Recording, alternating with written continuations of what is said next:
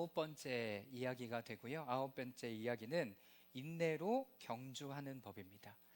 하나님의 나라를 우리가 살아가고 또 앞으로 다가오는 이제 성육신, 다시 말해서 우리가 너무나 좋아하는 크리스마스 요 시즌을 준비하면서 우리의 마음 가운데 준비하고 있어야 되는 것은 인내로 이 여정들을 경주해야 되는 것입니다.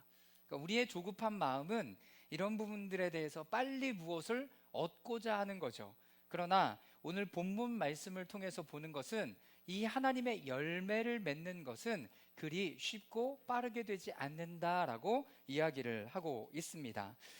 오늘 은유자매가 기도해 주셨던 것처럼 저희는 먼저 요 시즌을 보내면서 여러 가지 이야기를 들었습니다. 먼저는 세례 요한을 통해서 새로운 패러다임이 시작되었다.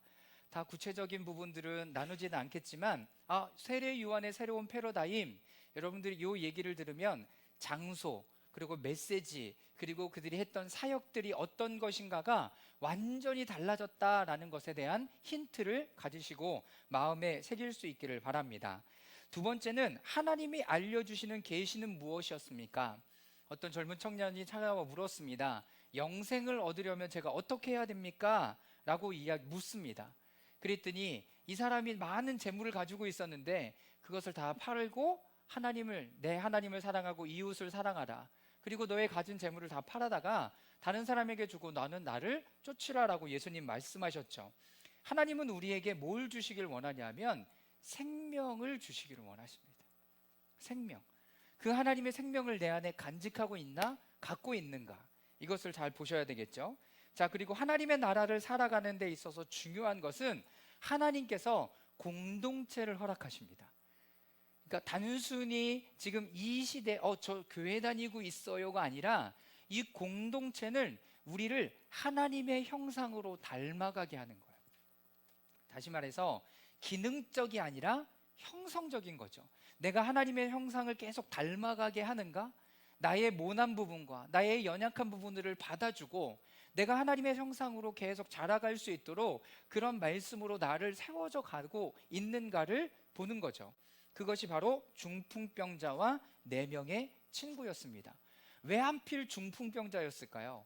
여러분, 중풍병, 뇌졸중에 걸리면 움직임이 그렇게 유연하지 않습니다. 누가 도와줄 수밖에 없어요. 여러분, 그렇기 때문에 주변에 누가 필요한 거예요? 함께 그 여정을 가주는 사람이 너무나 필요한 거죠. 자, 그리고 베드로의 부름받는 이야기를 통해서는 무엇을 우리가 보고 기억해야 되냐면 열매가 없음에도 불구하고 어떻게 하는 거? 수고하는 것. 내가 여지까지 이렇게 살아오는 동안 열매가 없었어. 그런데 그때 딱 누가 찾아오시냐면 예수님이 딱 찾아오셔서 말씀을 거세요. 오늘 이 말씀과 그리고 오늘 함께 나누게 될 말씀이 좀 이렇게 연결되는 부분들이 또 있을까요? 오늘 우리가 살펴보면서 우리의 마음밭에 어떤 열매가 맺혀졌는가? 혹시 열매가 없다면 오늘 베드로처럼 예수님이 우리에게 말을 걸어 오시는 중요한 포인트가 될 수 있다는 거죠. 베드로에게 그렇습니다.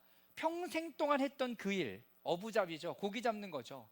그런데 하필 그날은 내가 밤이 맞도록 수고했는데 아무것도 얻지 못했어요. 그럼 베드로가 얘기합니다. 내가 밤이 맞도록 수고하여 얻은 것이 없습니다. 그러나 내가 선생님의 말을 의지해서 그물을 던져보겠습니다. 여러분, 어떤 수고예요? 예수님의 말씀에 다시 한번 내가 반응하여 그물을 던지는 수고. 엄청나게 많은 물고기가 잡혔어요. 근데 그 물고기를 보면서 베드로가 대박! 요즘처럼 아싸 대박이야, 그래 예수님의 말씀대로 하니까 대박이 났구나, 이거를 깨달았던 게 아니라 내가 죄인이구나를 깨달았던 거예요. 엄청나게 큰 기적과 수없이 많은 잡힌 이 물고기를 보면서 자신이 죄인임을 인지하게 돼요. 이 수고 안에는 첫 번째 뭐가 있냐면 자신을 다시 바라보게 하는 눈이 생깁니다. 내가 지금 뭐 하고 있었지? 이분은 여기서 계속 말씀을 전하고 계셨는데 내가 지금 뭐 하고 있었지를 깨닫게 돼요.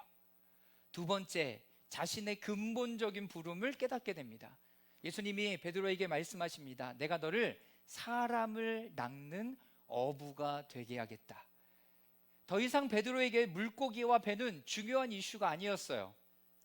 그리고 물고기와 배와 그물을 모두 버려두고 예수님을 쫓아 나서기 시작합니다. 여러분, 예수님의 부르심이, 근본적인 부르심이 이렇게 강력합니다. 또 누가 그랬어요? 세리 마태가 그랬죠. 마태가 하나님 앞에 예수님께 부름 받을 때 이렇게 상 펴놓고 세금 받는 자리에 앉아 있었어요. 그런데 예수님이 세리를 보고 뭐라고 얘기했냐면, 너는 나를 쫓으라. 나는 이 한마디에 베드로는 돈이 이렇게 많이 모여 있었을까요? 세금 걷는 자리였으니까 이렇게 모아놨겠죠. 이거를 다 버려두고 또 예수님을 쫓아가요. 여러분, 그냥 단순히 예수님께서 부르셔서 갔다라고 말할 수만은 없습니다. 부르심은 강력하죠. 여러분, 그런데 이 사람 안에 내가 계속 이렇게 살아가야 되는가에 대한 고민이 있었던 거예요. 그리고 마침 예수님이 딱 불러요. 이게 어떤 때예요? 여러분, 크로노스의 때죠. 크로노스, 어떤 시간이에요? 하나님의 때와 나의 갈망과 이것이 딱 맞아진 때. 크로노스. 거꾸로 했나요? 네. 크로노스는 그냥 흘러가는 카이로스의 시간이 되겠죠. 카이로스의 시간. 카이로스의 시간은 하나님의 일하시는 때와 내 때가 딱 맞아지는 이때가 되는 거죠. 이게 바로 카이로스의 때예요. 성경에 이때가 또 어느 때 나오는지 아십니까? 사도행전 3장에 베드로와 요한이 성전에 기도하러 올라가는데 안진뱅이를 보고 뭐라고 얘기해요? 나를 보시오라고 얘기하고, 내게 은과 금은 없지만 내게 있는 것을 내게 주노니 나사렛 예수 그리스도의 이름으로 일어나 걸으라. 여러분, 성전 미문에 앉아 있었던 그 사람이요, 베드로와 요한이 오늘 다르게 작동하는 것을 봤을지 몰라요. 성전 미문에 매일 앉아 있었고 거기에 매주 사람들은 예배하러 드나들었거든요. 근데 많은 사람들은 다 돈을 던져주고 그냥 지나갔어요. 근데 베드로와 요한은 뭐라 그랬어요? 나를 보시오라고 얘기했고, 그 나면서부터 걷지 못하는 사람은 베드로를 그때 딱 봤어요. 그리고 하나님의 역사가 일어났죠. 이게 바로 카이로스의 시간이 되는 거예요. 그러니까 그냥 뭐가 일어나겠지가 아니라 내 안에 하나님을 향한 갈망, 갈증, 여러분, 이것을 하나님께서 하나님의 때에 채워주시는 거죠. 자, 그리고 계속 우리가 나누었던 건 하나님의 방식을 분별하는 것.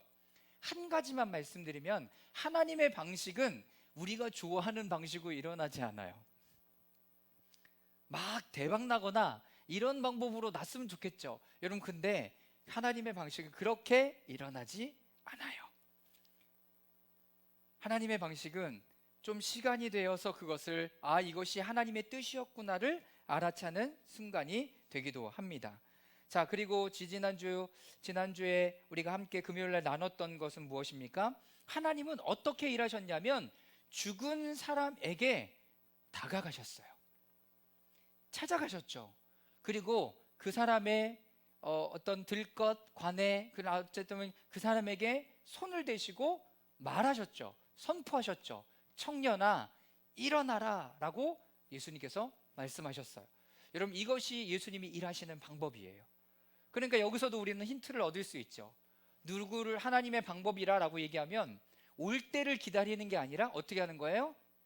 찾아가는 거죠. 하나님이 나에게 부담을 주신 사람, 기도가 필요한 사람들을 찾아가는 거죠. 그리고 만나는 거죠.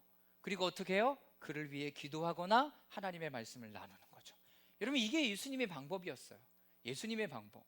자, 그리고 오늘 함께 나눌 말씀은 뭐냐면 예수님의 방법, 우리에게 오시는 성육신, 그러면서 어떻게 이 시간들 기다리며 인내할 것인가에 대해서 함께 이야기를 나누게 됩니다. 자, 이제 성육신의 시즌이 다가오고 있습니다. 이 앞에 거는요, 뭐라고 비교할 수 있냐면 자동차를 준비한 거예요. 자동차, 준비 다 됐어. 그거 알겠어요. 예수님, 제가 찾아갈게요. 준비가 다 됐어. 그런데 차가 움직이려면 뭐가 필요하죠? 적어도 두 가지는 필요해요. 적어도 두 가지. 차가 준비가 다 됐어. 내가 정말 비싼 차를 샀어. 근데 키를 안 주네. 키가 필요해요. 키. 이거를 시동을 걸 키가 필요해요. 또 한 가지 뭐가 필요하죠? 연료가 필요해요. 여기에 연료를 넣어야 차가 계속 가요. 차가 계속 가요. 여러분, 지금 우리는 뭘 준비하고 있냐면 그 하나님의 나라를 어떻게 살아가는가에 대해서 계속 듣고 있어요. 그러면서 이 오늘 함께 나누게 될 이 첫 번째 키는 뭐냐면 인내하는 거예요. 인내하는 거. 자, 이 말씀을 함께 나누도록 하겠습니다. 오늘 말씀에는 네 가지 밭이 나옵니다. 그렇죠? 여러분들이 너무나 잘 아시는 밭의 비유예요. 우리 아이들도 다 할 거예요. 밭의 비유. 자, 첫 번째, 이 세 가지 밭의 공통점이 있고요. 네 번째 밭의 조건에 차이점이 있습니다. 조건의 차이. 자, 먼저 이 땅, 토양은 사람의 마음을 상징합니다. 마음을 상징해요. 자, 우리 12절 말씀, 15절 말씀 다 같이 한번 읽어보도록 하겠습니다. 시작. 길가에 떨어진 것은 말씀을 듣기는 하였으나 그 뒤에 악마가 와서 그들의 마음에서 말씀을 빼앗아가므로 믿지 못하고 구원을 받지 못하게 되는 사람들이다. 자, 거기에 그들의 마음에 하나님께서 말씀의 씨를 뿌려주세요. 자, 두 번째 15절 말씀 읽도록 하겠습니다. 시작. 그리고 좋은 땅에 떨어진 것들은 바르고 착한 마음으로 말씀을 듣고서 그것을 굳게 간직하여 견디는 가운데 열매를 맺는 사람들이다. 자, 어떤 사람이든지 다 말씀은 뿌려져요. 아, 나에게는 안 뿌려졌어 할 수 없습니다. 어려서부터 한번 교회를 다녀봤거나 또 주변의 친구들을 통해서 계속 그 말씀을 들어요.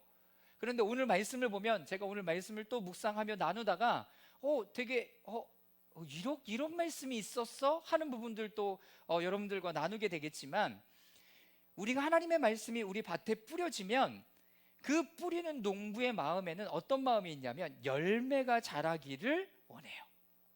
그렇죠? 열매가 자라기를 원하는 거예요. 그래서 15절 말씀에 좋은 땅에 떨어진 것은 착한 마음으로 말씀을 듣고서, 어쨌든 마음이에요. 동일한다 말씀. 근데 여기 한번 보세요. 그것을 굳게 간직하여 견디는 가운데 열매를 맺은 사람들이다. 그러니까 우리가 지향해서 가야 되는 우리의 목표는 좋은 밭이 되겠죠. 좋은 밭. 그런데 그냥 처음부터 좋은 밭이 되는 게 아니라 이 세 가지 밭을 지나가면서 우리의 밭의 컨디션을 바꿔갈 수 있다는 거죠. 근데 너무나 또 재밌는 건 뭔지 아세요? 이 농부하시는 분이 계세요. 농부하시는 분이 이런 얘기를 하시는, 이 말씀을 보면서 목사님이신데 묵상하면서 이렇게 됐대요. 이렇게 얘기하시더라고요. 밭의 주인이 바뀌면 땅이 바뀐대요. 밭의 주인, 땅이 바뀐대요. 주인이 바뀌는 거죠. 그러니까 내 마음밭을, 여기서 중요한 힌트 하나는 뭐냐면 내 마음밭을 누구에게 내어드릴 거냐는 거예요. 누구에게.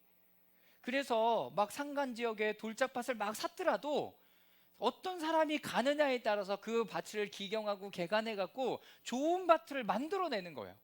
그런데 우리의 마음밭, 하나님 앞에 우리의 마음밭을 내어드릴 때 하나님이 우리의 마음밭을 어떻게 하시냐면 계속 기경해 가세요.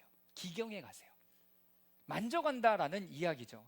그래서 우리는 이 말씀을 잘 묵상하고 훈련하고 연습해야 됩니다.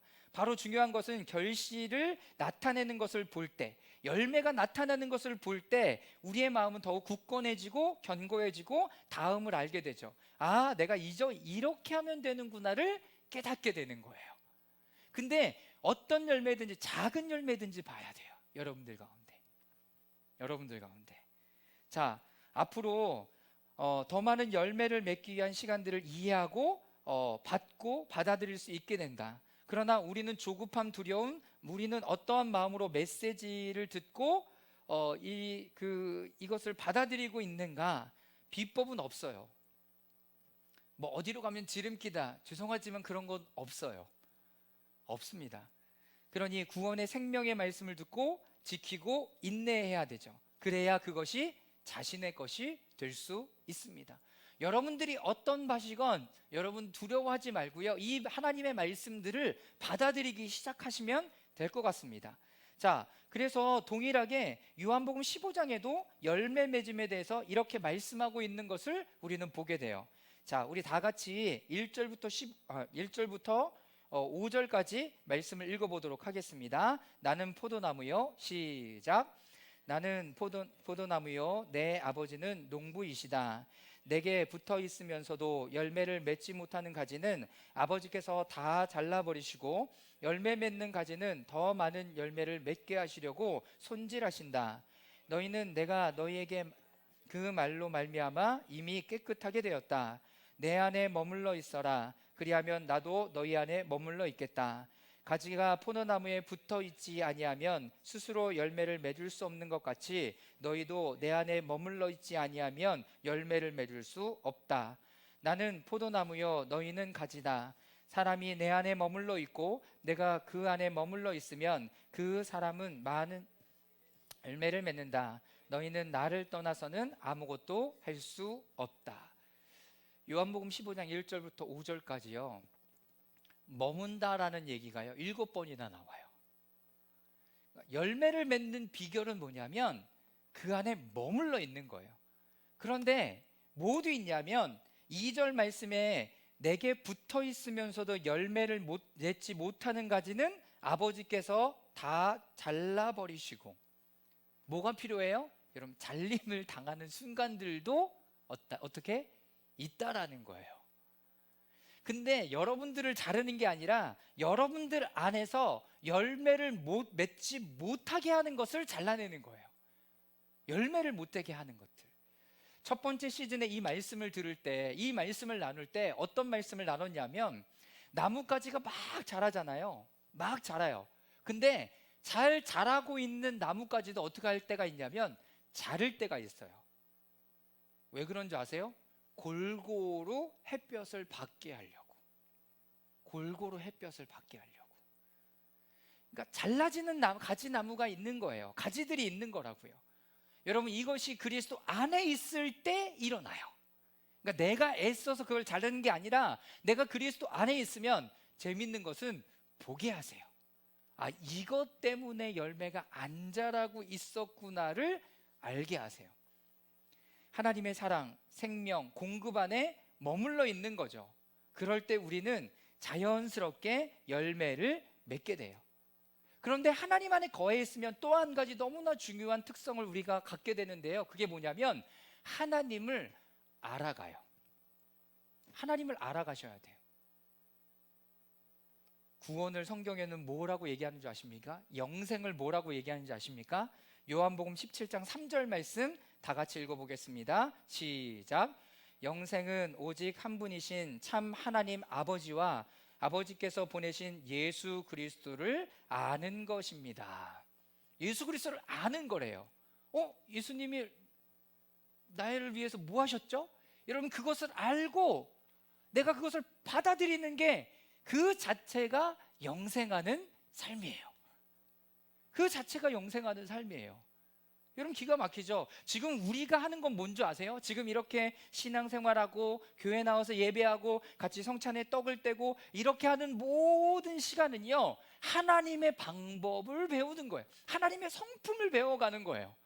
그런데 들었던 하나님이 아니라 내가 경험해야 되는 하나님이 그 안에 있는 거죠. 그 안에 있는 거예요. 그래서 어디에 그리스도 안에 머물고 그리고 그리스도의 방법대로 할 때 저절로 열매를 맺게 하는데, 그 열매가 첫 번째, 두 번째, 세 번째는요 그렇게 좋은 열매가 맺혀지지 않아요.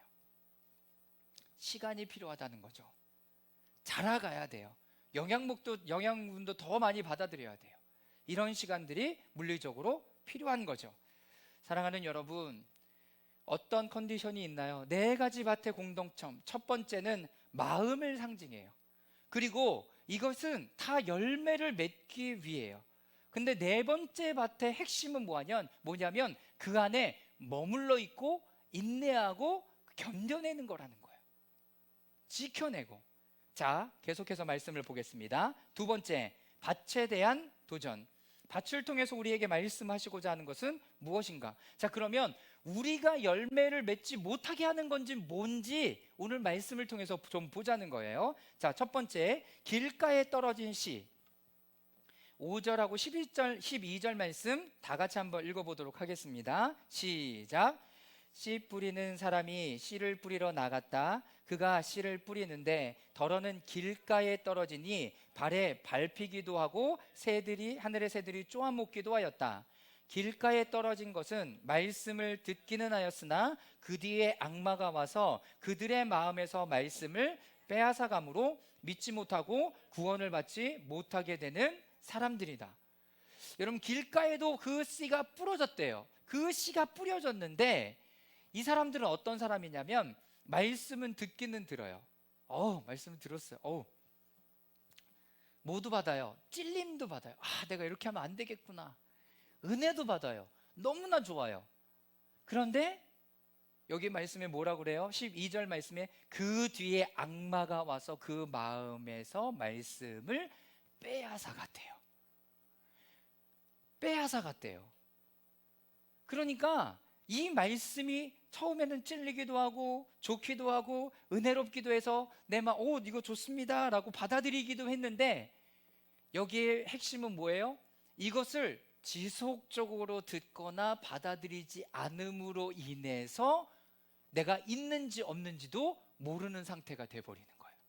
다른 버전에는 악마가 와서 조용히 이것을 훔쳐갔대요. 여러분, 이런 일이 있는 거예요. 이런 일이 있는 거예요. 여러분들이 그동안 수없이 들었던 그 메시지가 다 어디 갔을까요? 그 메시지가 다 어디 갔을까요? 내 마음판에 새겨놓거나 내가 그것을 기억하고 실제로 살아가지 않으면 그 말씀은 나에게 적용되지 않는 말씀이에요. 그냥 들려졌을 뿐이에요. 그냥 들려졌을 뿐. 여러분, 주의 깊게 하나님의 말씀을 듣고 이거 나에게 하나님 주시는 거구나. 그렇다면 마음에 새기든지 노트에 새기든지. 그래서 이 메모하는 습관의 그 강사들이 유튜브에 하는 얘기가 뭔지 아세요? 이렇게 메모하는 거는요, 어디다 적는 거냐면 자신의 마음에 기록하는 거라고 얘기를 하더라고요.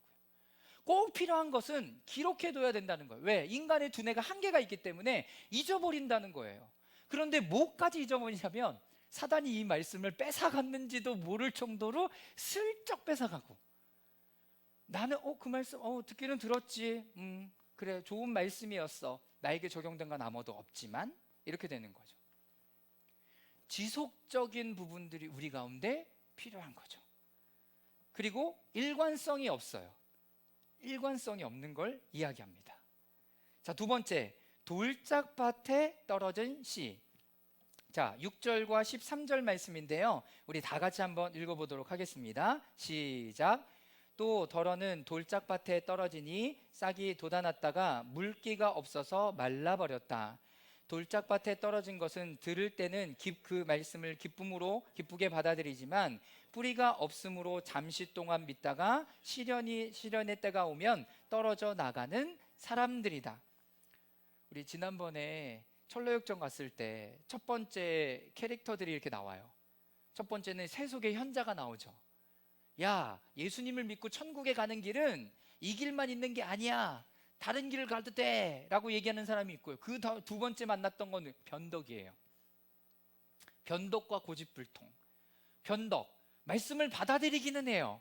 그런데 이 사람의 가장 큰 약점은 시련이 오면 떠나버리는 사람이 되는 거죠. 오늘 말씀도 동일해요. 13절 말씀에 보면 뿌리가 없으므로 잠시 동안 믿다가 시련이 오면 떨어져 나가는 사람이에요. 말씀 너무 좋았어, 와 대박, 내가 이거 따라가리라 막 얘기를 했는데 시련이 오는 거예요.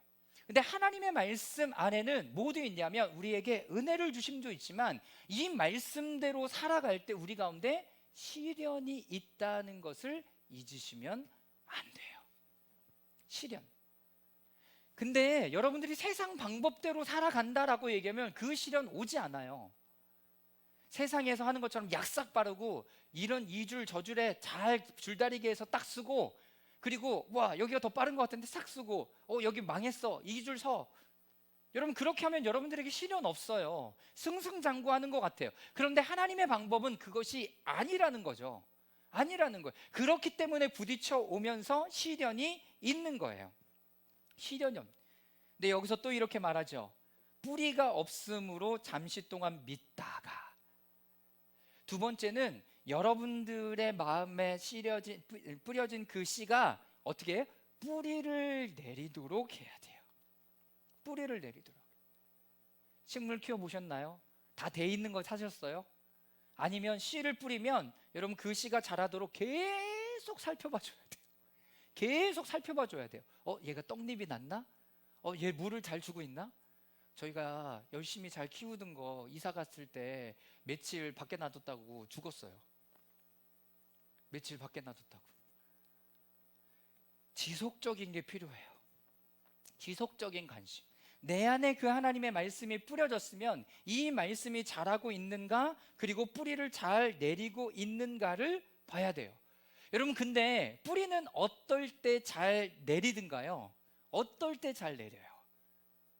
고난과 시련이 있을 때 뿌리가 더 깊게 내려져요. 더 깊게 내려져요. 여러분, 그러니까 고난과 시련을 피하는 것은 내가 뿌리를 내리지 어떻게 하는 거예요? 못하게 하는 거예요. 이때가 왔구나. 나에게 고난의 때가 왔구나. 내가 하나님의 말씀 가운데 굳건히 서리라. 하나님의 말씀으로 내가 일어서서 가리라 라고 얘기하는 뭐가? 믿음의 고백이 필요한 거예요. 우리는 그렇게 생각해 볼 수 있죠. 나는 시련의 때에 어떻게 반응하는가? 시련의 때에 어떻게 반응하는가? 여러분, 돌짝밭에 뿌려진 씨, 물기가 없어서 말라버려요. 왜? 뿌리가 깊게 내리지 못하니까. 뿌리가. 나의 시련의 때를 살펴보실 수 있었으면 좋겠습니다. 나는 지금 어디에 뿌리를 내리고 있는가? 어디에 메시지에 더 귀를 기울이고 있는가 살펴볼 수 있기를 바랍니다. 자, 세 번째죠. 자, 가시덤불 속에 떨어진 씨. 저 이거 보면서 되게 요번에 아주 엄청난 걸 하나 봤어요. 엄청난가? 네. 자, 7절과 14절 말씀을 우리 다 같이 한번 읽어보도록 하겠습니다. 시작. 또 더러는 가시덤불 속에 떨어지니 가시덤불이 함께 자라서 그 기운을 막았다. 14절. 가시덤불에 떨어진 것은 말씀은 들었으나 살아가는 동안 근심과 재물과 인색의 상략에 사로잡혀서 열매를 맺는 데 이르지 못하는 사람들이다. 여러분, 7절을 보세요. 7절. 더러는 가시덤불 속에 떨어지니, 거기에 어디 동그라미 쳐야 될까요? 가시덤불이요, 함께 자랐대요. 앞에 길가밭, 돌짝밭은 함께 자랐다는 이야기가 없어요. 왜? 아직 뿌리도 못 내렸고 연약한데 뭘 함께 자라. 그런데 우리가 이렇게 자라기 시작할 때는 뭐까지 함께 자라냐면 가시덤불이 함께 자라고 있는 거예요. 다시 말하면 이 가시덤불은 뭐냐면 우리 안에 타락한 자, 거짓 자, 다른 사람의 관심이 더 좋아하고 관심을 받는 걸 더 중요시하고 인정받음, 외모, 칭찬, 자기 만족에 더 관심을 갖는 것에 대해서 이야기를 하는 거예요. 이게 가시덤불이에요. 이게 가시덤불이에요. 근데 이거는 하나님께서 뿌린 씨앗이 자라가면서도 어떻게 같이 자라.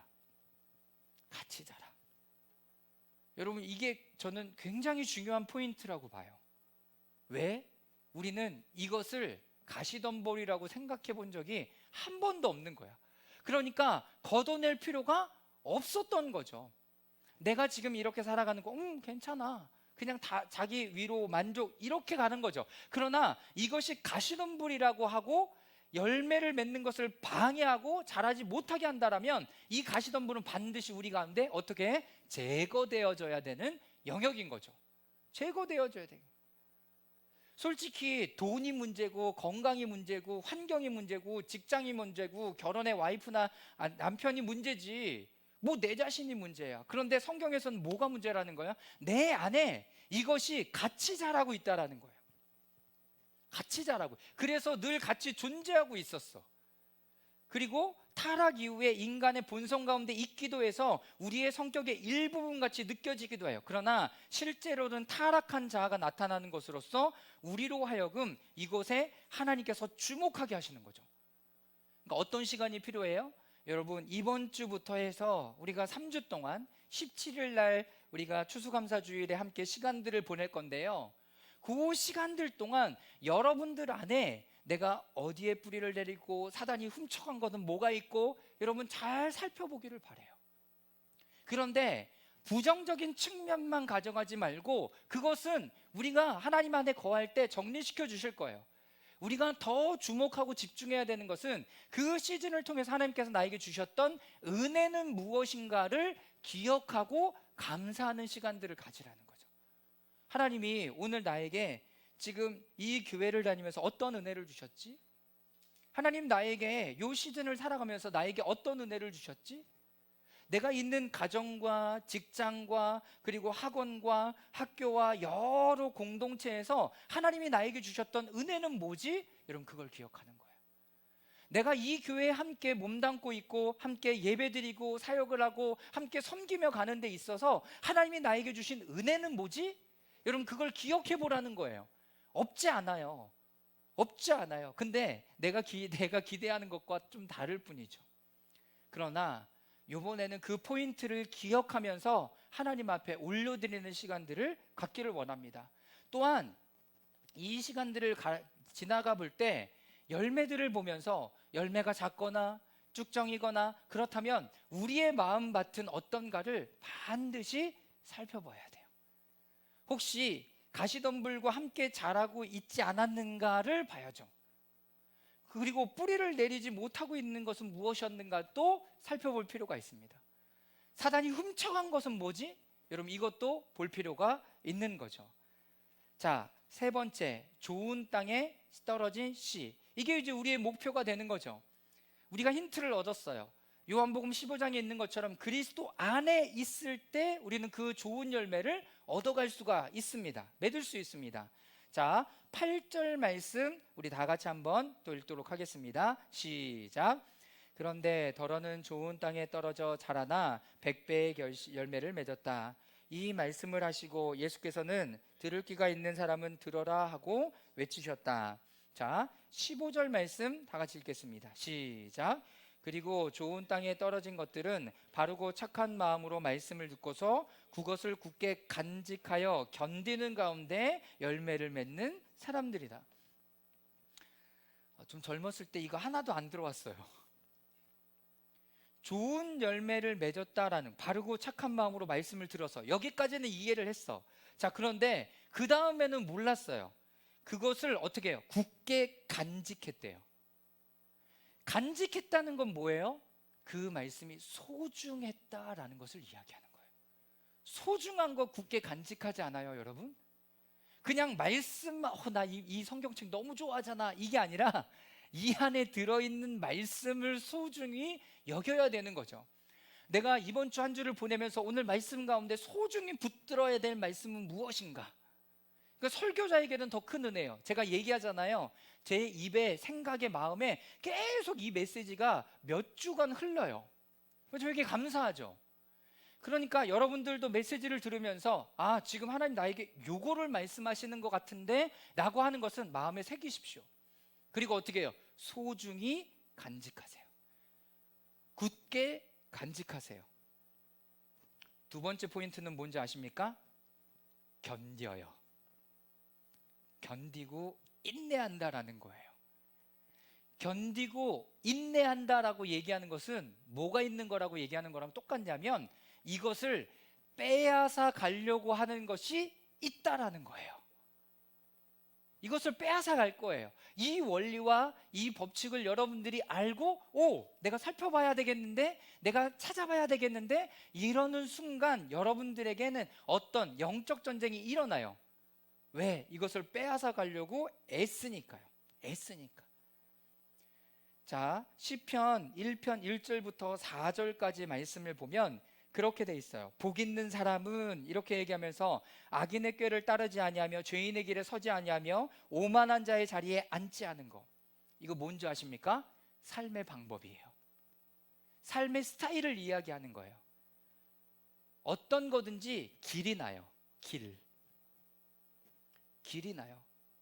그렇기 때문에 이런 길로 선 게 아니라 하나님의 말씀, 복이 있는 사람은 오로지 주의 말씀을 즐거워하며 밤낮으로 그 율법을 묵상하는 사람이다. 여기서의 묵상하는다라고 얘기하는 것은 어떤 의미냐면 으르렁거린다라는 의미예요. 뭘 으르렁거려? 하나님께서 나에게 말씀을 주셨잖아요. 그러면 하나님 사자들처럼 이 말씀이 빼앗길까봐 딱 간직하고요. 누가 이 말씀을 빼앗으려 할 때 안 돼? 이건 내 거야. 나는 지킬 거야. 보호할 거야. 라고 표효를 하는 거예요. 으르렁거리는 거라고요. 여러분, 하나님의 말씀이 얼마나 소중하고 귀중하면 이렇게 표현을 하겠냐고요. 복 있는 사람이. 그런데 너무나 재밌게도 오늘 본문 말씀과 연결되는 말씀이 그 안에 있죠. 3절 우리 다 같이 읽어보도록 하겠습니다. 시작. 그는 시냇가의 심나무가 철을 따라 열매를 맺으며 그 잎이 시들지 아니함 같으니 하는 일마다 잘 되리라. 그 열매를 맺는다는 거잖아요. 어떤 사람? 그 말씀을 마음에 간직하고 묵상하고 소중히 가운데 가는 사람. 굳게 간직하여 견디는 가운데. 근데 그것이 끝나면 열매가 아니라 그 중간에 열매를 맺는 거예요. 그러니까 우리는 이렇게 얘기해요. 하나님, 이거 언제 끝나요? 제가 이만큼만 견디면 되는 건가요? 그렇지 않아요. 말씀을 보니까 견디는 가운데 열매를 맺는 사람들이다, 이렇게 써 있어요. 여러분, 기가 막히죠? 끝나면 열매를 맺는 게 아니라 그 과정이 있어야 돼요. 그 과정 가운데 열매를 맺게 되는 거예요. 할렐루야. 여러분, 끝나기를 바라는 게 아니에요. 끝나면 그 일이 해결되는 게 아니에요. 내가 그 과정을 살아가면서 하나님의 성품 예수 그리스도 안에 붙어 있는 거죠. 붙어 있는 거야. 그러므로 우리는 귀한 열매를 맺게 되는 거죠. 자, 시편 1편 4절에 이렇게 써 있습니다. 그러나 악인은 그렇지 않으니 한낮 바람에 날리는 쭉정이와 같다. 열매 못 맺는 거죠. 열매를 못 맺는 거예요. 하나님이 여러분들을 이미 하나님의 자녀로 부르시면 여러분들의 마음밭은 하나님의 거고요. 하나님께서 기경해 가세요. 그런데 요한복음 15장에 있는 것처럼 하나님, 누구야? 요 가지는 좀 잘라야 되겠다. 툭, 툭. 그래서 하나님 안 돼요. 그게 제일 소중한 가지예요. 아니야, 이거 잘라야 돼. 툭, 툭. 하나님 기경해 가세요. 기경해 가세요. 결정적으로 우리 안에 함께 자라고 있는 거짓자들까지도 하나님께서 다 다루어 내기를 원하세요. 오늘부터 셋째 주까지 한 2주, 3주의 시간을 보내는 동안 여러분들 마음속에서 이런 부분이 드러나거나 보여지거나 알게 되거나 하나님 알게 하시고 깨닫게 하시면 여러분 겸손히 하나님께 내어드리는 그런 은혜가 여러분 모두에게 있기를 바랍니다.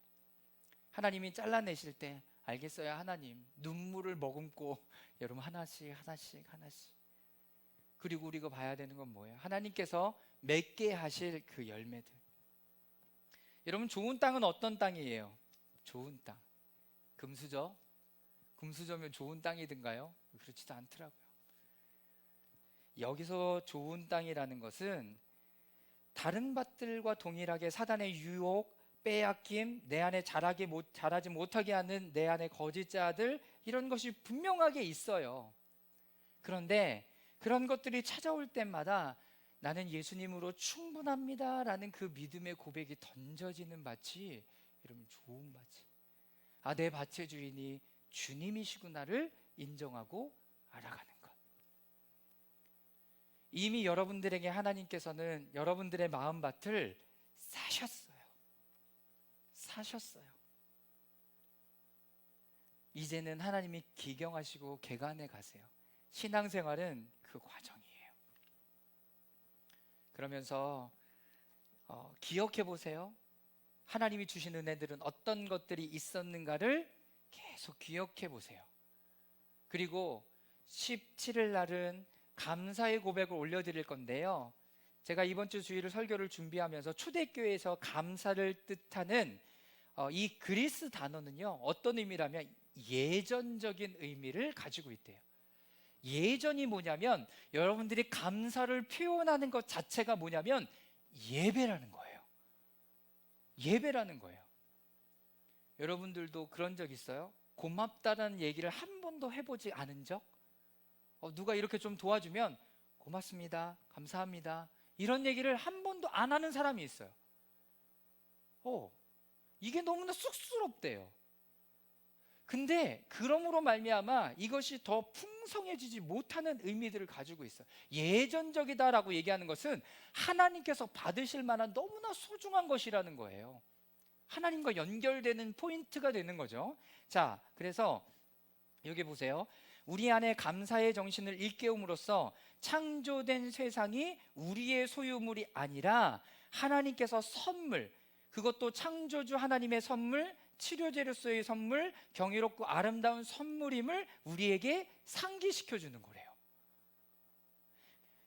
여러분들 옆에 있는 사람들이 하나님께서 여러분들에게 선물로 준 사람이에요. 근데 그것이 내가 뭐 잘났으니까, 내가 연애 잘했으니까 이 사람 잡았지, 이게 아니라 하나님께서 선물로 허락하시고 경이로운 선물이라는 거예요. 그러면 하나님께 다시 감사의 표현을 하는 거죠. 그러므로 말미암아서 내가 그 선물을 온전히 받아들이는 거죠. 받아들이는 거예요. 여러분, 이게 감사의 표현 가운데 굉장히 중요한 부분이에요. 두 번째, 감사는 인간 존재의 특별하고도 결정적인 특징입니다.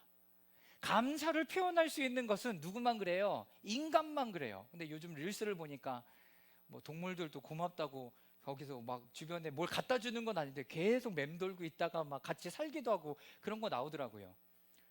여러분, 감사는요, 인간이 가지고 있는 가장 인간다움을 표출하는 가장 좋은 모습이에요. 그러니까 감사가 없는 거는 뭘 포기하는 거예요? 내 인간다움을 포기하는 거예요. 인간다움을 포기하는 거예요. 그러니까 땡큐를 고백하고, 여러분, 이렇게 하는 것이 가장 인간다움의 모습을 드러내는 것이요. 자, 세 번째, 감사의 정신은 세상의 자연 자원을 감사함으로 이용하고 또 그것을 하나님 앞에 올려드리는 것이다 라고 얘기해요. 하나님이 주신 모든 것이 선하예요. 그렇기 때문에 감사함으로 받으면 버릴 것이 없다라고 얘기해요. 그러니까 하나님이 이걸 주셨어. 그리고 하나님 감사합니다, 다시 주님의 것인 줄 알고 잘 쓰고 돌려드릴게요, 이렇게 고백하는 거죠. 이게 감사의 의미예요. 마지막인데요, 감사의 성찬 예배에서 우리는 하나님의 것인 모든 것을 다시 하나님 앞에 올려드린다. 우리가 지금 성찬을 할 거잖아요. 이 성찬에는 하나님이 나에게 주셨던 감사의 어떤 그 은혜의 기억들을 기억하는 거죠. 십자가의 찢기심과 새 언약을 기억하면서 이 시간들을 하나님 앞에 드릴 거예요. 그런데 여러분들이 이것에 참여함으로 말미암아서 나의 몸과 마음을 다시 어디로? 거룩한 산제물로 하나님 앞에 태워드리는 첫 번째 열매가 되는 거죠. 부활의 첫 열매는 누구였어요? 예수 그리스도. 우리가 그분과 연결되면서 열매를 얻을 수 있는 것처럼 감사의 고백을 하는 그 순간 이것이 성례전으로 더 깊은 의미를 갖게 되고, 이 성찬에 참여함으로 말미암아 하나님, 내가 하나님께서 나를 위하여 십자가에 달려 돌아가신 그 찢기신 사건과 나를 위하여 피 흘려주신 것을 기억합니다. 이 믿음의 고백, 그것을 기억하면서 하나님, 나를 또 하나님 앞에 올려드립니다 라고 얘기하는 것은 공동체적으로 우리가 한 사람 한 사람이 거룩한 삶의 열매가 되는 겁니다 라고 하나님 앞에 올려드리는 거죠. 이것이 감사의 의미라는 거예요. 감사의 의미. 그래서 가장 중요하게 오늘 말씀을 보면서 내 안에 있는 열매, 그리고 내 안에, 그리고 가정과 공동체, 직장, 이런 공동체 안에서 하나님 주셨던 은혜, 그리고 교회를 함께 섬기고 예배드리면서 주셨던 은혜들을 기억하고 그것을 우리의 마음에 적고, 또 그것을 기억하는 가운데 이런 것 때문에 열매가 맺히지 않았구나 라는 것들이 깨달아지고 하나님께서 보여주시면 그것을 다시 한번 하나님 앞에 올려드리고 하나님 앞에 나를 내어드리면서 새롭게 되는 은혜가, 그리고 귀한 열매로 하나님 앞에 올려드리는 우리 모두가 되기를 주님의 이름으로 축원합니다. 여러분, 이미 여러분들이 봐야 되는 거는, 내가 지금 다른 사람과 비교하는 게 아니라 작년의 나의 모습과 비교해 봤을 때 성장하고 자랐던 모습, 그것이 정성적인 것일 수도 있고요, 그리고 정량적인 것일 수도 있고 형성적인 것도 있을 수 있어요. 정량적인 것은 내가 하나님 이만큼 가졌어요, 하나님 이만큼 주셨어요 라고 얘기하는 것을 찾아보는 거예요. 정성적인 것은 내가 느껴지는 하나님의 마음이 이거였군요, 이렇게. 형성적인 건 뭔지 아세요? 내가 얼마큼 그리스도의 형상과 모양을 닮아갔는가. 이해가 되실까요? 여러분, 우리의 오늘 밭에 대한 비유는 우리에게 이런 밭이 있으니까 넌 열매를 못 맺어가 아니라 하나님께서 우리의 밭을 이미 받아주셨고 하나님께서 기경에 가실 거라는 말씀들을 주시는 겁니다. 그리고 그 여정 가운데 우리에게 주셨던 하나님의 말씀을 다시 기억하고 다시 감사로 올려드리는 우리가 모두가 될 수 있기를 주님의 이름으로 축원합니다. 아멘. 우리 성찬으로 함께 들어갈까요? 그 전에 우리 봉헌 찬양 하나님 앞에 드리길 원합니다. 나의 생명을 드리니 주 영광 위하여 사용하옵소서. 그래서 여러분들이 오늘 드렸던 그 헌금을 주님 앞에 올려드리며, 하나님, 이 헌금이 전부가 아니라 나의 삶을 다 주님께 올려드립니다 라고 믿음의 고백을 드리며 나아가길 원합니다. 우리 괜찮으시면 다 같이 그 자리에 일어나서 함께 이 자리에 참여하도록 하겠습니다.